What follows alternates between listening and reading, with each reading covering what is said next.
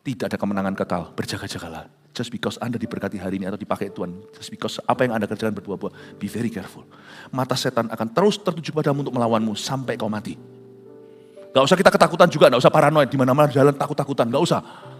Nanti jalannya gini, jalan lama-lama jadi Spider-Man. Gak usah takut. Tapi juga janganlah kita itu lengah. Sebab peperangan kita itu di dalam, kemenangan kita di dalam. Apapun di luar itu hanya bonus. The real war is inside.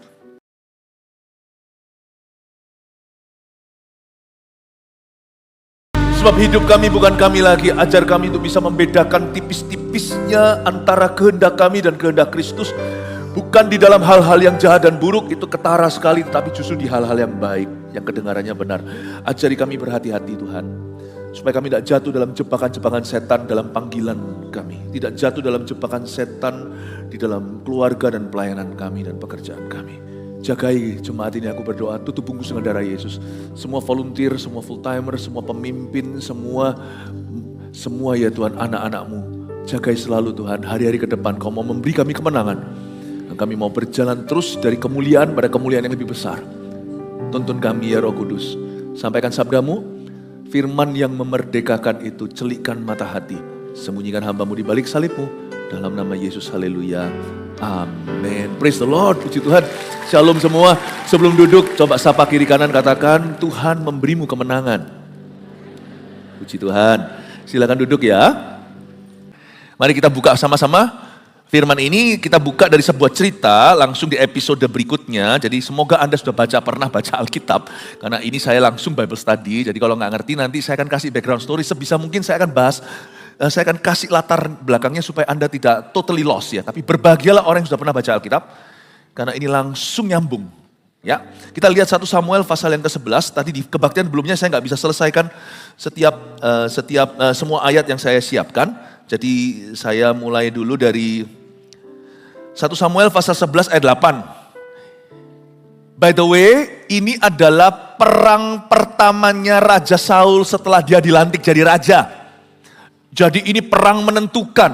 Ini perang justru membuktikan bahwa urapan Tuhan memang ada pada dia. Oke. Singkat cerita, Bani Amon tuh musuhnya orang Israel. Itu serang Israel.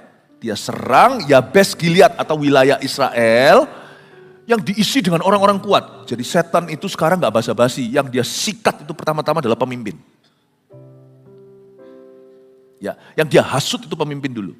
Makanya doakan pemimpin-pemimpinmu, baik itu orang tua, papa mama, pemimpin gereja, karena itu mempengaruhi kerohanian dan kekekalan. Karena itu ada ngaruh, pasti ngaruh. Ya, pemimpin di tempat kerja, jangan gigit tangan yang memberimu makan. Doakan bosmu kalau Anda bekerja di bawah siapa. Doakan pemerintah kita Indonesia supaya dikasih hikmat, takut akan Tuhan, dikasih akal budi untuk bisa memimpin negeri. Nah, Yabes Gilead disikat. Mau disikat, tapi singkat cerita, Yabes Gilead minta tolong, diresponi sama Saul yang belum terbukti urapannya. Ini perang perdana. Nah, akhirnya Saul mengerahkan bangsa Israel untuk menghadapi Amon, bangsa Amon yang besar. Bangsa Amon ini sebenarnya masih kerabat Israel loh. Dia itu adalah keturunannya Lot, kemenakan Abraham. Hasil incest ya, pernikahan antara Lot dengan putrinya sendiri. Cukup ngeri dan risih. Pokoknya intinya ya, Anda jangan kaget ya. Bisa-bisa orang yang memusuhimu itu adalah orang-orang yang di dekatmu, gak tentu. Tapi jangan anggap mereka setan, doakan mereka tapi jangan kepengaruh. Peperangan rohani itu gak kelihatan. You gak tahu di mana musuh akan mulai menghadangmu. Tetapi selama hati kita pada Tuhan, gak usah takut sama siapa-siapa atau apa-apa, kita akan selalu ready. Bani Amon loh, serang bangsa Israel. Itu kan masih second cousin. Mari kita sekarang lihat peperangan ini sebelum terjadi. Oke? Saya kasih bocoran dulu, akhirnya Saul menang. Coba katakan kanan kirinya, langsung enak kan gini. Kalau nonton drama Korea langsung ke episode 16, sudah tahu langsung hasil akhirnya. Ngomong kanan kirinya, akhirnya Saul menang. Amin, akhirnya Israel menang. Amin. Oke, sekarang saya tunjukkan gimana permulaan perangnya. Kita lihat ayat 8. Ketika Saul memeriksa barisan mereka di Bezek, maka ada 300.000 orang Israel dan 30.000 orang Yehuda. Dibagi jadi dua. Waktu dia mulai sensus tentara. Ada 300.000 sampai orang Israel. Israel itu berapa suku? Saya kasih kuis. 20. Bukan. 12 ya. 12. Dari 12 suku itu, berapa suku yang berada di provinsi selatan Israel yaitu Yehuda? Siapa yang berani jawab? 2. Puji Tuhan, berhasil, boleh bawa kursi tempat duduk Anda, Tante. Bawa pulang ke rumah nanti jadi oleh-oleh dari gereja. 2 itu adalah suku apa? Suku Benyamin dan suku Yehuda. Suku Benyamin adalah suku yang terkecil, itu adalah sukunya Raja Saul. Yehuda sukunya Raja Daud. Makanya Yesus keturunan Yehuda disebut singa dari Yehuda. Jadi Israel itu lebih banyak, 10 suku yang disebut Israel Utara. 10 suku, Yehuda hanyalah 2. Tapi kenapa dipisah padahal mereka itu rame-rame bersama, wong kerajaan tidak pecah? Kerajaan tidak pecah. Nanti itu pecah di zamannya anaknya Salomo, yaitu Rehabeam. Kok sekarang dipisah ya, ada 300.000 orang Israel, 30.000 orang Yehuda. Kayaknya rame-rame, tapi kunci kemenangan itu sedikit orang. Anda harus sadar loh ya, kunci kemenangannya Israel hari itu adalah suku Yehuda dan suku Benyamin. Suku Benyamin itu raja ke-1, Raja Saul. Puak-puak dan keluarganya. Tapi Yehuda nanti Daud kemudian hari. Yehuda dan Benyamin itu tetangga. Di bawah, di situ ada Yerusalem hari ini di Israel. Di atas itu Tiberias yang utara. Utara itu ada Nazaret, ada Danau Galilea. Ya. Kunci kemenangan Saul di perang perdananya itu bukan 300.000 orang, tapi 30.000 kalau bahasa Inggrisnya cream of the crop. Tahukah Anda, peperangan Anda tidak asiknya rame-rame. Kayaknya heboh kehidupan ini. Tapi peperangan rohani itu sempit sekali. Tahukah peperangan rohani itu sebenarnya sangat sempit. Tapi dia merambat dan meluas dan melebar sampai ke setiap aspek hidupmu. Tapi peperangan rohani itu hanya di lorong satu. Yaitu di hatimu. Sebab apa yang kau bisa kalahkan di dalam benak, pikiran dan hatimu oleh firman. Maka kemenangan itu pun akan meluas ke kehidupanmu. Jaga hati dengan segala waspada. Dari situ permulaan kehidupan. Disitulah kau simpan urapan. Guard your heart. 300.000 kayaknya heboh. Wah, semuanya sudah kelontengan dengan pedang dan perisainya. Tapi kunci kemenangan itu ada di 10% saja. 30.000 orang Yehuda. Hidup ini kayak heboh ya. Tapi sebenarnya kuncinya itu di tempat yang sangat-sangat tipis. Hanya di 30.000 itu. Yang nampak di luar sana kayak 90%. Wah, hidup Anda itu rame sekali. Penuh gonjang-ganjing, penuh gejolak, ini itu ini. Sebenarnya kuncinya cuma di 10%. Kayaknya hebohnya 90%. Kunci kemenangannya itu di 10% itu. The tiny thing called your heart. Hal kecil itu namanya hati. Plus-plus sedikit sana sini. Hidup doamu. Komitmenmu. Simple. Padahal kelihatannya bisnisnya gimana. Bergelora. Rumah tangganya seperti apa, bergelora. Tapi semuanya itu dikontrol hanya dengan satu setir nahkoda.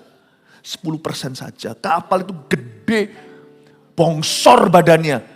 Tapi kalau semua orang tahu itu dikendalikan hanya oleh satu titik kecil namanya nahkoda. Lidah. Itu juga salah satu dari 10% itu. If you think you will win the victory, kalau Anda bisa mengalahkan musuh dan memenangkan perang atas segala aspek hidupmu itu, dengan Anda wira-wiri lari sana sini, Anda lupa.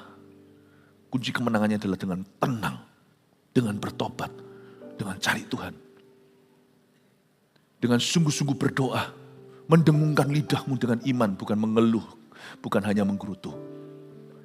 Disitulah letak kekuatanmu. Jangan kau lihat 300.000. Lihatlah 30.000 itu kunci. Ini membuka wawasan kita. Kemenangan yang Tuhan berikan itu sebenarnya dari dalam. Tahukah Anda bahwa the real warfare is inside? The real war is inward. Makanya saya tadi bilang apa dari awal, hati-hati dia bolos. Kalau sampai di dalam area ini akhirnya Anda bolos, akhirnya Anda kalah, hancurlah segala sesuatu yang kau bangun dalam sekejap. Daud itu segalanya hancur cuma karena dia itu nafsu dari dalam, itu aja 10%-nya gak dijaga, 90%-nya runtuh. Semua kerajaannya lah, whatever lah. 10% kecil itu tidak dijaga. Dia dihancurkan dari sana. The real war is inward, bahasa Inggrisnya. Perang sesungguhnya itu di dalam, bukan yang kelihatan di luar. Itulah sebabnya, itu yang kami terus menerus otak-atik kalau Anda datang ke gereja. Gereja tidak bisa fix memperbaiki segala sesuatu di hidupmu. Anda tidak bisa datang ke sini, Anda langsung tunjukkan sekarang PR matematika, sekarang saya sudah nggak ngikuti kalkulus. Anda bisa datang ke sini dan minta semua teknis-teknisnya tentang bisnisnya, tidak ada orang yang lebih tahu selain Anda. Kami di sini fix hati. Kami di sini urusi the 10% itu, bukan bicara soal persepuluhan. Saya bicara tentang small nakoda itu your heart. Dan things around your heart, hal-hal yang seputar berada di hatimu. Segala sesuatu bentuk ibadahmu. Yang kami otak-atik bukan yang 300.000 di hidupmu. Itu akan kelar sendiri nanti. Yang kami otak-atik itu yang 30.000 di dalam jiwamu. Saya ngerti kok, Tuhan cuma, kalau saya sendiri saya tahu panggilan saya. Aku panggil kamu untuk menjadi gembala hati. Udah. Kamu gak usah jadi make up artisnya mereka. Kamu gak usah jadi tutornya mereka, guru lesnya mereka ini itu. Mereka sudah punya sendiri. Kamu tugasnya cuma satu. Kalau saya diberitahu sama Yesus seperti itu, gembala agung saya, gembala agung kita. Cuma satu tugasmu. Gembalakan hati mereka. Tok. Dan saya tahu saya tidak bisa sendirian, saya hanya berdoa Tuhan. Kasih aku hikmat kalau saya berkhotbah, kalau saya ketemu one on one, kalau saya lagi papasan, kalau saya pokoknya anything, semua segala sesuatu yang kami lakukan sebagai gereja adalah menggembalakan hati umat. Yang kami urusi the 30,000 in your soul. Bukan yang 300,000. Kalau 30,000 itu kelar, 30.000 itu, kau sendiri akan menang perang nanti tanpa bantuan kami. Amin Bapak Ibu. Tangkap ini dulu ya visinya. Nanti saya tunjukkan jebakannya ada di mana. Jebakan dalam kemenangan. Oke, kita lihat ayat 9, kepada para utusan yang datang itu dikatakan, beginilah kamu katakan pada orang-orang Yabes Gilead, besok pada waktu panas teriknya matahari akan datang bagimu penyelamatan. Ini kata-kata Saul ya, Raja Saul berkata, sampaikan salam, sampaikan pesan saya. Sama bangsa Yabes Gilead, suku bangsa Yabes Gilead yang ketakutan saat ini. Ketika para utusan kembali dan memberitahukan hal itu kepada orang-orang Yabes, bersukacitalah mereka. Saul sebagai seorang raja yang diurapi, dia sampaikan pesan, kata-katanya berbobot. Jangan lihat Saul yang jatuh kemudian hari. Dia adalah Saul yang waktu itu masih di awal-awal karirnya masih benar sama Tuhan. Dan dia diberitahukan, tolong sampaikan kepada mereka, akan ada datang pertolongan. Lalu orang-orang Yabes itu berkata kepada Nahas. Nahas ini siapa? Nahas ini rajanya bangsa Amon. Ya, ini raja yang kesetanan mau habisi Yabes Gilead. Lalu orang-orang Yabes itu berkata kepada Nahas, besok kami akan keluar menyerahkan diri kepadamu. Maka bolehlah kamu lakukan terhadap kami apapun yang kamu pandang baik. Ini bukan dusta. Karena memang betul besok mereka akan keluar. Tapi karena Nahas sudah terlalu pede atau percaya diri, dia kira mereka akan keluar menyerah. Karena Nahas sudah memberi tuntutan. Aku akan membiarkanmu hidup kalau kami, bangsa Amon, bisa mencungkil mata kananmu. Hai Bani Yabes Gilead. Dia sudah percaya diri, dia berhak sih percaya diri karena memang dia pemenang. Dia pasti menang lah, sudah enggak, Israel bukan tandingan. Tapi dia belum memperhitungkan satu hal. Urapan Tuhan pada umatnya membuat pertarungan ini jadi enggak fair. Paham ya? Nahas pasti menang, wong Amon berkuasa, Israel itu lemah, enggak ada militer. Dipimpin oleh Nabi, kok Nabi Samuel belum ada raja, ini raja pertama. Belum terbukti lagi perangnya. Pas lagi-lagi ada deru perang itu, si Saul itu nggak lagi ada di office, nggak ada di barak tentara, belum ada tentara. Saul ada di mana tahu nggak? Dia lagi bajak sawah berjalan di belakang lembunya. Dia belum ngerti job deskripsinya jadi raja itu harus gimana secara militeri. Jadi Nahas sebenarnya percaya dirinya dia juga nggak muluk-muluk, masuk akal. Dia tahu bahwa Israel bukan tandingan. Hei Nahas, kau akan naas. Karena kau belum memperhitungkan satu hal, urapan. Urapan akan membuat pertarungan itu tidak fair. Sorry to say, musuhmu tidak akan bisa mengalahkanmu kalau kau diurapi. I'm not even sorry to say that. Nggak fair. Urapan itu membuat nggak fair. Nggak fair. Karena itu Nahas percaya diri, nanti dia akhirnya kalah dengan cara memalukan. Dan orang-orang Yabes Gilead dapat hikmat, berkata besok ya kami akan keluar. Memang jatuh tempo, mereka minta 7 hari. Jatuh tempo itu mereka akan akhirnya harus keluar. Antara mereka itu surrender, berserah pada mereka, atau mereka dibunuh. Antara mereka dicungkil mata atau sama sekali cabut nyawa. Jadi Yabes Gilead ngomong besok kami akan keluar menyerahkan diri kepadamu. Jadi orang-orangnya Nahas dan Amon berkata, haha mereka sudah di tangan kita. Please tell your problem ya. Mereka belum ketemu urapan Tuhan di hidupmu ya. Jadi beritahu sama musuh-musuhmu, musuh di sini bukan orang ya. Jangan telepon siapa, Pastor Philip bilang ya. Kamu habis ini siap-siap ya, kena urapanku, jangan gitu ya. Karena peperangan kita bukan melawan darah dan daging ya. Saya ngomong ini secara kiasan ya. Tolong beritahu sama masalah yang menekanmu itu. Tolong beritahu sampai di depan mukanya. Andai kata musuhmu itu orang, tuding ke wajahnya. Tapi kan bukan. Karena musuh Anda itu tekanan. Tekanan itu. Beritahu ya. Skornya belum kalah ya. Karena urapan Tuhan belum beraksi ya di hidupmu ya. Sekali urapan Tuhan berlaku, mereka akan tahu bahwa mereka bukan tandinganmu. Saya minta Anda untuk percaya bahwa ada urapan Allah. The anointing is real. You know it is so real. Hanya karena Anda mungkin kita belum pernah mengalaminya sesuatu yang supernatural apa. Just percayalah bahwa urapan Tuhan itu ada. Dan dia itu nyata. Dan sekali dia ditunjukkan pada waktunya. Anda akan tahu bahwa semua musuhmu bukan tandinganmu. Urapan itu membuat peperangan itu jomplang. Dan Anda di pihak pemenang. Tapi tidak berhenti di sini, saya tunjukkan bahwa menang pun ada jebakan. Karena peperanganmu itu di dalam. Gak ada orang Kristen yang berkata, aku menang selama-lamanya, kecuali dia mati sudah dapat pahala. Kita harus tetap waspada. Keesokan harinya, kita lihat, Saul membagi rakyat itu menjadi 3 pasukan. Mereka itu masuk ke tengah-tengah perkemahan musuh pada waktu kawal pagi. Dan memukul kalah orang-orang Amon sebelum hari panas. Jadi sebelum jam 12 atau sebelum jam 11 mungkin. Dari pagi-pagi waktu mulai subuh-subuh dia mulai perang dan terserak-seraklah orang-orang yang lolos itu sehingga di antara mereka tidak ada tinggal 2 orang bersama-sama. Kalahnya itu memalukan. 2 orang tidak ada satu pun yang bersama-sama. Jadi berarti musuh tercerai-berai semuanya. Padahal tadi mereka yang dapat di upper hand bahasa Inggrisnya, mereka yang dapat advantage. Itu seperti orang kalau sudah main basket ketinggalan 30 poin itu tiba-tiba itu bisa disalip, dibalap gitu. Itu seperti orang main pingpong. Dia sudah kalah berapa set, dibalap, lawannya dikasih 0. Jangan kira kalau hari ini Tuhan seolah datang terlambat, berarti kau sudah telat. Urapan Tuhan masih menunggumu untuk bekerja sama denganmu. Serahkan hatimu. So, urapan Tuhan nanti kalau tiba, telat pun tidak terlambat. Anda sudah tinggal set terakhir, sudah tinggal dengan serve terakhir, dari situ dibalap. Orang-orang Amon itu sudah sama-sama siapkan pesta sebelum perang. Karena mereka kira Yabes Gilead akan begitu aja nyerah, cungkilah mata kami, mata kanan kami. Tidak akan memberikan perlawanan. Kaget mereka. Tahu nggak skor akhirnya apa? Tidak ada 2 orang Amon bisa bersama. Semua tercerai-berai, mati semua. Kalau Tuhan di pihakmu, jangan kau katakan terlambat. Skormu sekarang buruk. Kan belum skor akhir. Kalau nggak percaya belum skor terakhir, pergilah ke kaca, ke cermin. Hembuskan nafasmu, di situ ada embun. Kalau Anda masih hidup, belum berakhir. Coba Anda cek orang sebelahnya bernafas atau enggak. Kalau gitu beritahu sama orang itu, belum game over, katakan seperti itu.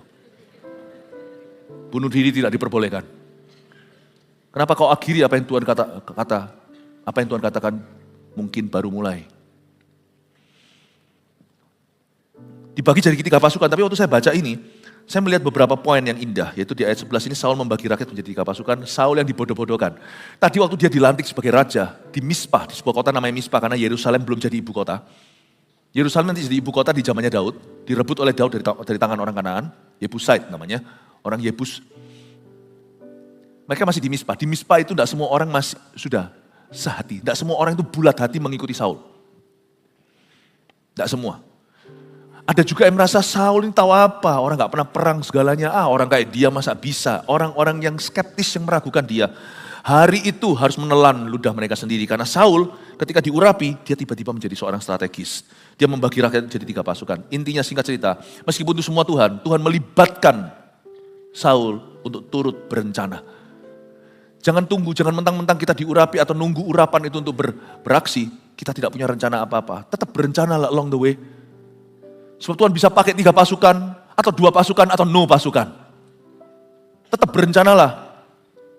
Inilah kesalahan orang-orang karismatik. Mereka kira bahwa gerejanya ngeflow dalam Roh Kudus. Tapi mereka tidak punya patron, tidak punya struktur. Tetap harus punya perencanaan. Inilah juga yang kesalahan orang-orang Kristen yang hanya berserah, bersandar. Serah itu tidak membuat kita pasif. Serah itu membuat kita jadi logis. Serah itu membuat kita jadi pintar. Serah itu membuat kita jadi strategis. Membuat kita tahu this is first dan next. Tapi tidak menghilangkan faktor Allah di dalam perencanaan itu. Selalu berkata, jikalau Allah kehendaki aku akan. Jikalau Allah kehendaki begini, aku akan pergi ke tempat itu. Tapi salah kalau kita tidak berencana. Sedangkan Saul tetap membagi rakyat menjadi 3 pasukan. Meskipun dia tahu bahwa Tuhan sudah ada di kemahnya. Dan Saul pagi-pagi dia perangnya. Anda mau perang itu pagi. Malam itu tinggal jarah. Bangun yang pagi kita sama-sama sepakat berdoa. Ini bukan superstisi pagi lebih baik dari malam. Enggak, karena pagi itu kan pemula hari. Kalau dari mulai kita sudah gandeng Yesus itu lain hasil akhirnya. Permulaan tahun, makanya kita ada breakfast with God, segalanya tanggal 31 kita masuk tahun baru bersama-sama. Bukan superstisi, bukan tahayul, tetapi itu disiplin rohani. Setiap pagi juga sama, I wake up very early. Mungkin jemaat sebagian besar tidur kecuali yang di benua lain. Mereka lagi kerja. Saya doa. Saya tidur cukup sih, puji Tuhan. Saya tidur cukup. Tapi saya bangun, usahakan selalu akan berseru pada Tuhan Yesus dulu. Not only for me, my family, bukan hanya untuk saya dan keluarga. Karena saya imam, saya berseru untuk Anda. Anda juga imam loh bagi orang lain, berserulah. Perang itu pagi. Subuh sebelum siang, sebelum panas terik matahari. Kalau sudah terik matahari, sudah dehidrasi. Udah banyak sekali komplikasi kehidupan ini dan sehari-hari. Berdoalah pagi-pagi. It's beautiful, you know. It's really beautiful. Anak-anak muda, kalau di sini nggak usah masalah. Kalau di sini ada beberapa om-om dan tante-tante yang memang nggak usah doa pun bangun pagi. Karena faktor U. Faktor umur. Tapi yang muda-muda di sini, dengar ya, malam jangan begadang. Jangan banyak screen time, buatmu gak bisa tidur dan buat jadi hidup gak produktif. Sebab sebagian besar peperangan rohani di setiap belahan bumi yang waktu pagi ya pagi, malamnya malam, itu pagi hari itu sudah banyak anak-anak Tuhan berseru. Ikutlah jalur itu. Di waktu pagi hari, mempersiapkan persembahanku kepada Tuhan. Di pagi hari itu ikutlah jalan tol Tuhan. Ikutlah high trafficnya Tuhan. Lanjut ya, ayat 12. Lalu berkatalah bangsa itu kepada Samuel, siapakah yang telah berkata, masakan Saul menjadi raja atas kita? Serahkanlah orang-orang itu supaya kami membunuhnya. Lihat gak kelicikan setan? Lihat gak kelicikan setan? Setan menghasut sebagian orang-orang yang lemah iman, yang gak kuat imannya, yang masih kedagingan, yang masih punya sifat-sifat lama, dan yang masih gampang dipengaruhi.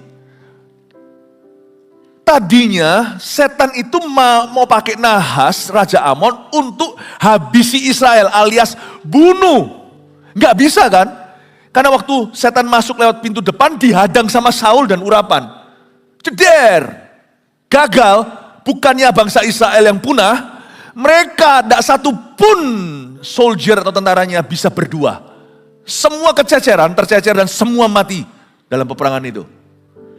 Setan gak bisa pakai pintu depan, dia pakai pintu belakang.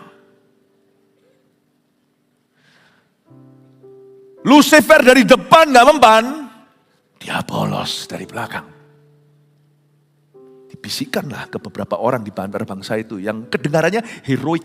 Tapi orang yang bisa membedakan roh tahu bahwa di behind this, di balik ini adalah spirit of darkness, kuasa kegelapan. Tricky sekali, dia pakai sesuatu yang rasanya seperti very heroic. sentimental. Dia pakai itu untuk menjatuhkan Israel. Menjatuhkan kemah yang diurapi. Menjatuhkan Yehuda. Kalau Anda lihat ya, lalu berkatalah bangsa itu kepada Samuel. Siapa tadi? Siapa yang pernah berkata, masa Saul jadi raja atas kita? Serahkan orang-orang itu supaya kami membunuhnya.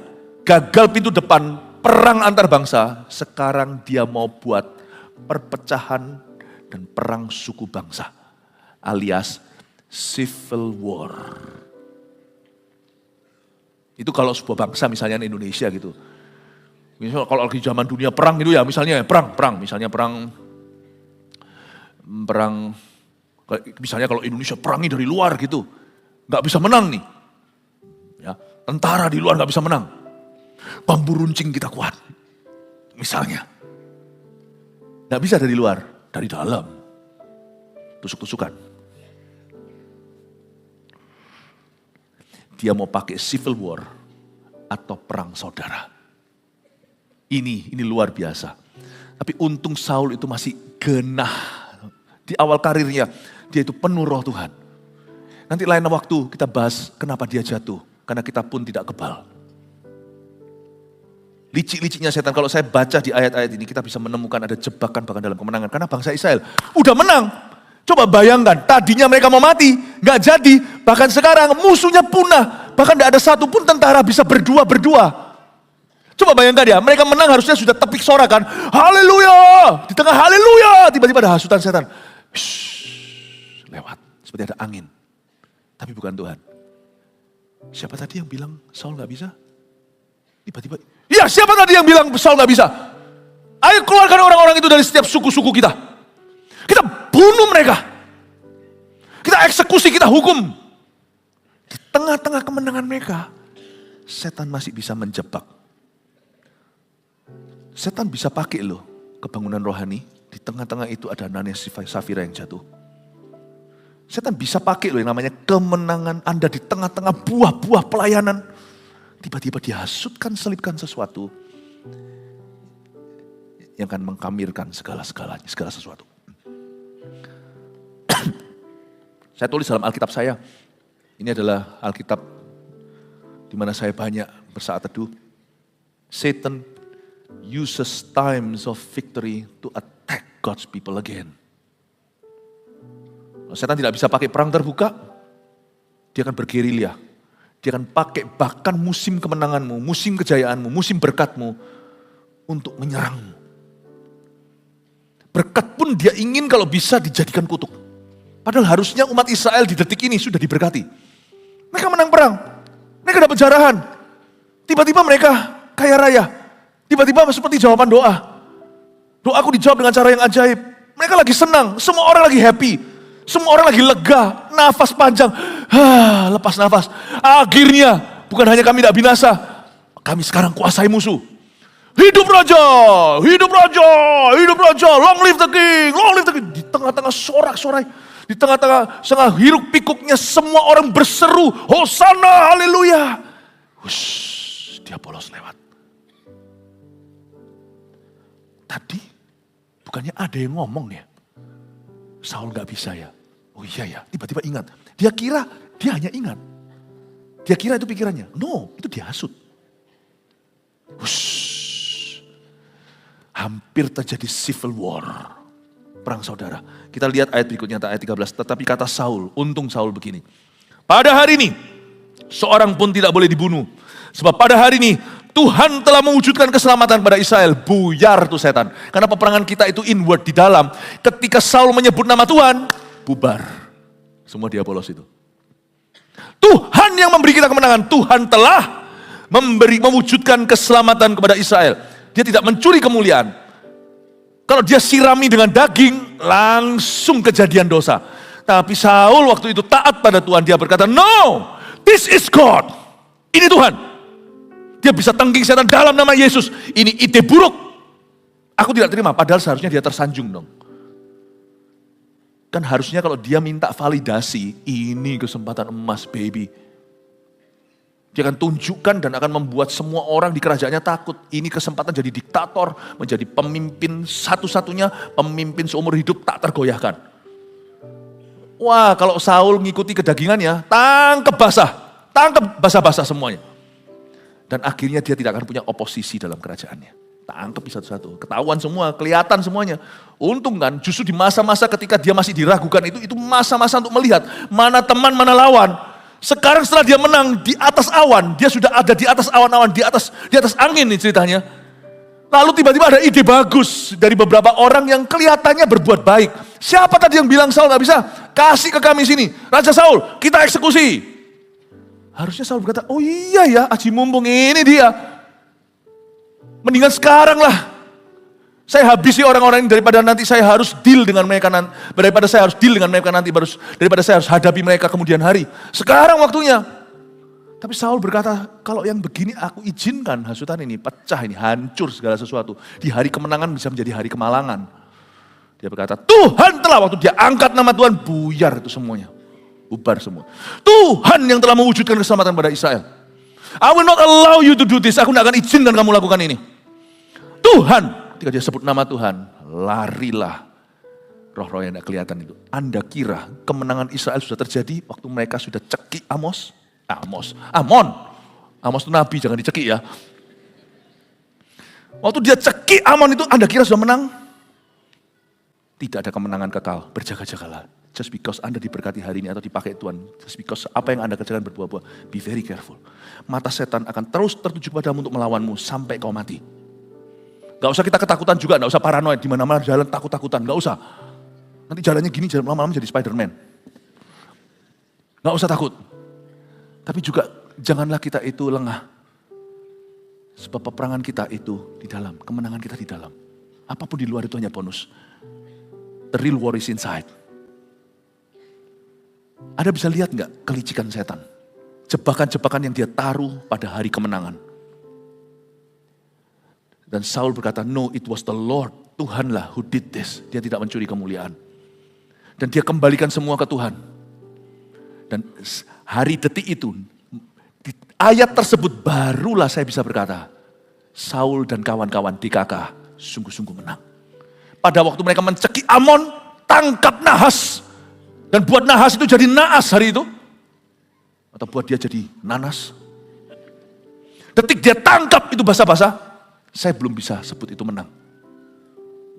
Tapi waktu di tengah-tengah kemenangan itu ada temptation, ada pencobaan ada pencobaan namanya pride atau kesombongan, ada pencobaan namanya revenge, bahasa Inggrisnya, atau balas dendam, ada pencobaan namanya aji mumpung, ada pencobaan namanya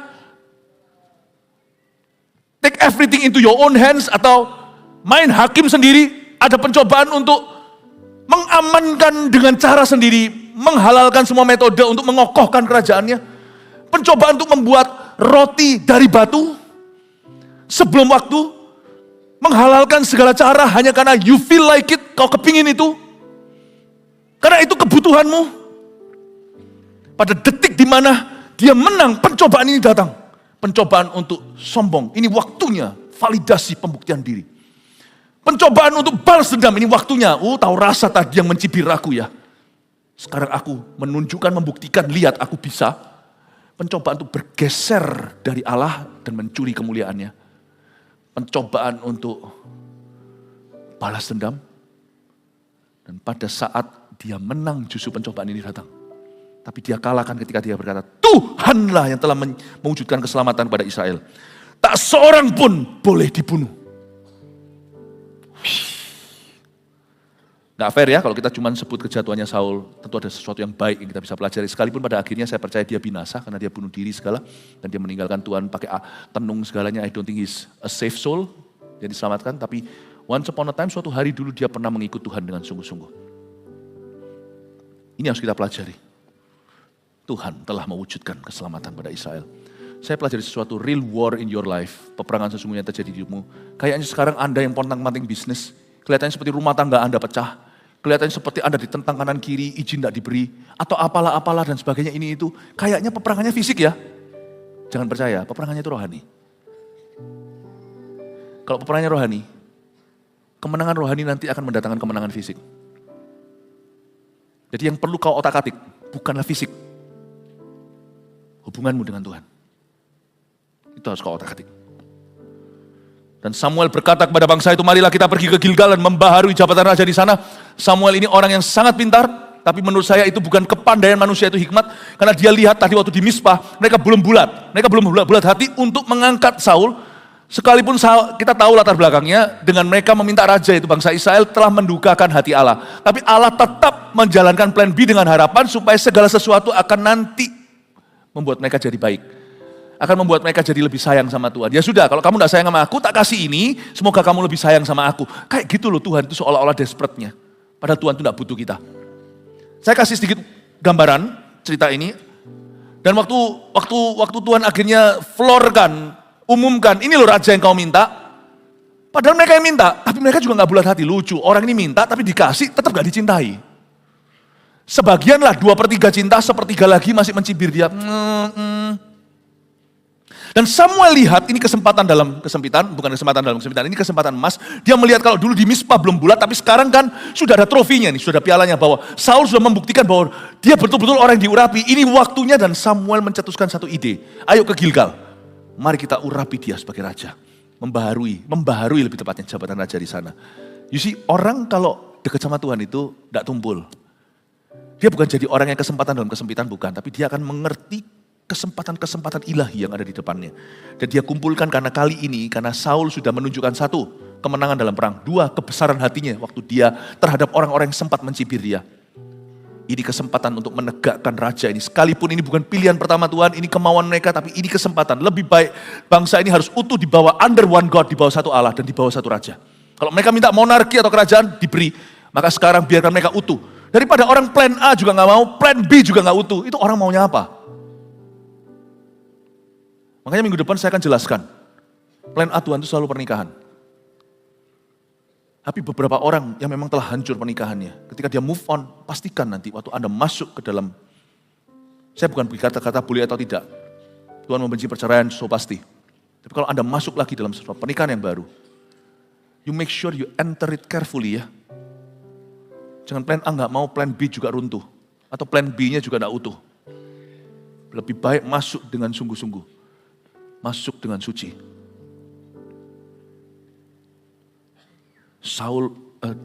Samuel melihat itu, lalu ngangkat membaharui jabatan raja di sana. Dia tahu kesempatan ilahi. Dia angkat Saul menjadi jabat supaya dicintai sama semua bangsa. Toh nanti kalau Saul nggak jadi raja yang baik, Tuhan juga kehilangan umatnya. Mendingan jauh tapi jangan hilang. Maka Tuhan nanti bisa jemput kemudian hari, Tuhan kasih seorang raja. Samuel itu kok bisa pinter sekali ya. Tuhan tidak berkata loh, tapi dia punya rencana. Mari kita ke Gilgal, kita baharui jabatan raja di sana. Tuhan itu tidak akan memperbarui bolak-balik. Kadang-kadang wakil-wakil Tuhan itu bisa buat salah, tapi salahnya bukan salah moral. Misalnya Musa naik ke atas Sinai itu. Lalu habis itu lihat kan dia tahan, dia nggak tahan nih. Musa suatu hari turun gunung lalu melihat orang-orang itu semua nyembah lembu emas. Harun kokonya ikut-ikutan. Aduh ampun, gregetan. Dia pecahkan tuh 2 loh batu. Piang. Tuhan itu baiknya nggak disinggung. Naik ke atas lagi, 40 hari lagi dia puasa. Gara-gara itu Musa puasa lagi. Naik ke atas tahu nggak? Ditulisin sama Tuhan lagi loh batu itu. Loh batu yang masuk ke tabut perjanjian nanti. Itu loh batu yang second plan B. Plan A udah dipecahin sama Musa. Tuhan nggak bilang aduh mus. Lu salah ya, orang lah salah ya salah. Lu jangan gitu dong. Itu kan dari aku. Kenapa kok kamu marah sama anak-anakmu? Mobil papamu kamu gebuki sampai peok. Itu loh batu kan dari aku. Coba sama-sama katakan mus. Nah kita kan kayak Musa. Ini juga sama nih.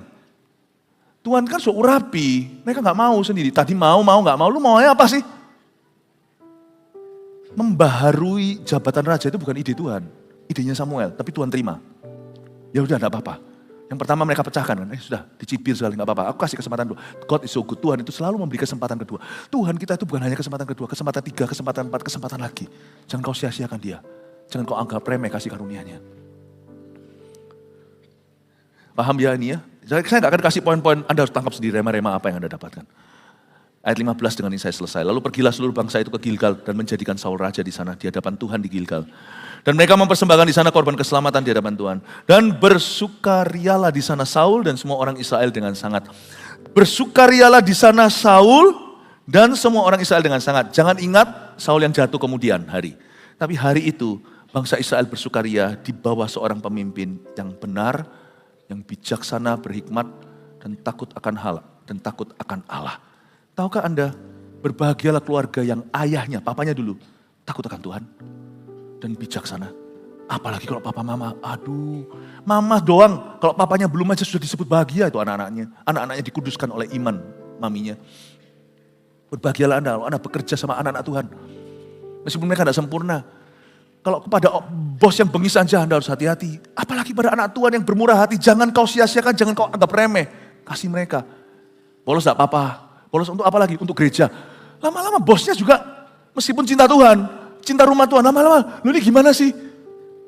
Aku ini sedang hire staff atau hire pendeta? Salah tempat kali kerjanya. Kita pendeta di sini aja nggak bolos-bolos. Kita kerja nggak kalah keras sama Anda yang di sekuler. Bisa lebih keras karena kami kerja untuk pekerjaan kami dan kami mengerjakan pekerjaanmu. Anda kan nggak mengerjakan pekerjaan kami ya. Kita yang mengerjakan pekerjaan Anda. Kecuali yang volunteer semuanya melayani ya kita saling bekerja sama. Cuman kita mengerjakan pekerjaan karena problema umat adalah problema imamat. Jangan karena bos Anda itu orang Kristen jadi Anda gampangkan. Nah boleh. Berbahagialah kalau orang itu bekerja di bawah bos yang takut akan Tuhan. Bukan hanya labelnya Kristen tapi sungguhan. Berbahagialah Anda kalau Anda berada di bawah kepemimpinan rohani seorang yang takut akan Tuhan dan brilian. Mungkin coach Anda, CGL Anda dan sebagainya. Jangan drama, tadi ibadah sebelumnya saya jelaskan, mau belah kok drama. Pembelahan aja loh mau drama. Saya tadi ngomong sesuatu, ini mungkin perlu saya repeat. Orang yang pembelahan CG itu mau drama. Namanya keluarga alami aja, natural family aja, pasti ada pembelahan. Kalau Anda satu keluarga bertiga, berempat, anak satu, anak dua, anak tiga, atau anak lebih, anak empat, berenam lah taruhlah. Bayangin kalau anak Anda sama Anda 5 terus gak pernah belah. Anda gak pernah mantu, gak pernah besanan. Sama-sama terus together forever. Sampai anak umur 50. Bapaknya umur 80. Tinggal bersama terus sehat gak itu? Jadi kalau satu CG selalu drama. Kalau mau pembelahan, saya doakan semua orang-orang di bawahnya itu juga tidak akan pernah mantu dan tidak pernah besan. Gitu aja kok susah. Kita aja tahu cepat lambat, kita harus rilis anak-anak kita. Supaya mereka punya keluarga yang sehat. Dan supaya mereka berkembang, bukankah Tuhan yang berkata berkembang penuhilah, berkembang biaklah, penuhilah bumi dengan anak cucumu. Tuhan yang ngomong. Makanya tadi saya bercanda, saya bilang, saya bercanda atau enggak ya menurut Anda? Saya doakan supaya semua yang menentang itu tidak akan pernah besanan, tidak akan pernah mantu. Karena kalau gitu, kau gitu terhadap Tuhanmu, Tuhan tidak, saya rasa tidak keberatan lah kita harusnya kalau Tuhan juga begitu sama kita punya keluarga. Because you sow, right? You should reap that. Kalau Anda menabur itu harusnya menuai itu kan. Makanya saya paling tidak mau anti dengan itu. Karena saya mau punya mantu dan saya punya satu. Saya mau besanan dengan benar. Cepat lambat hatimu harus besar. Ngomong sampai ke sini ya. Berbahagialah Anda kalau Anda berada di bawah kepemimpinan rohani yang takut akan Allah. Yang bijaksana. Berbahagialah Anda yang ikut agenda Allah. You are the happiest person. Hari itu bersukarialah Saul dan semua orang Israel yang di bawahnya. Tapi pada saat Saul berubah setia, berduka citalah seluruh Israel dan Israel kalah perang di mana-mana. Bapak Ibu Saudara, jebakan dalam kemenangan adalah ini. Bahwa peperangan rohani kita itu di dalam. Yang mempengaruhi segala dunia fisik kita. Ingatlah, jadilah setia di dalam hatimu kepada Tuhan. Jangan berubah setia. Saya percaya semua yang kau tunggu-tunggu itu kemenangan fisik dan jasmani itu. Tinggal tunggu waktu. Jangan menyerah ya. Tuhan mengasihimu. Katakan kanan kirinya, jangan menyerah. Haleluya. Mari kita berikan tepuk tangan untuk Tuhan.